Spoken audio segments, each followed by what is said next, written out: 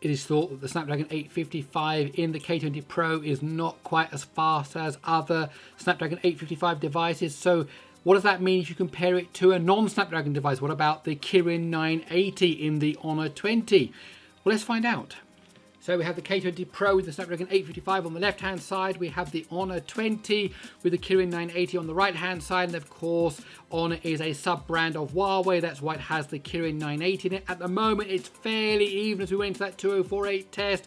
Let's see what happens now as we come out of this into the Bloom test, which one is going to be there first.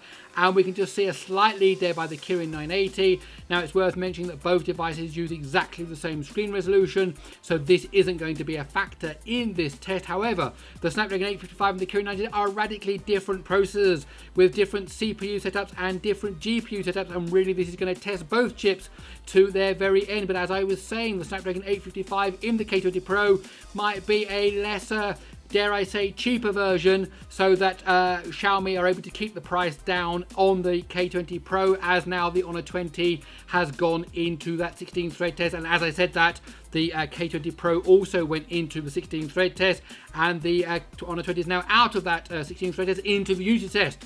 And now at this point, we can see also the K20 Pro is going to the Unity test, but it is already a fraction of a couple of seconds behind. So which is going to be better? Is it going to be the Mali in the Kirin 980, or is it going to be the Snapdragon 855 with the Adreno 640 GPU? As we come down now to the valley, we turn right, and it looks like the K20 Pro has taken the lead at this point. It was the first up to the sun, and only now did the Kirin 980 get to the sun. We're both coming down now to the castle scene, and we can see now that the K20 Pro has gone into the compression test. 5, 6, 7, as now the Honor 20 has gone into the compression test. Who's going to get there first? There it is, 1 minute 40.2 by the K20 Pro and 1 minute 42.2 by the Honor 20. Okay, let's break down those scores and see exactly what happened. Okay, so overall, the K20 Pro won with 1 minute 40.2, and exactly 2 seconds later, the Honor 20 came in with 142.2. Let's look at the CPU times. We can see that the K20 Pro a lot slower than the Honor 20 there, 30.8 compared to 25.9.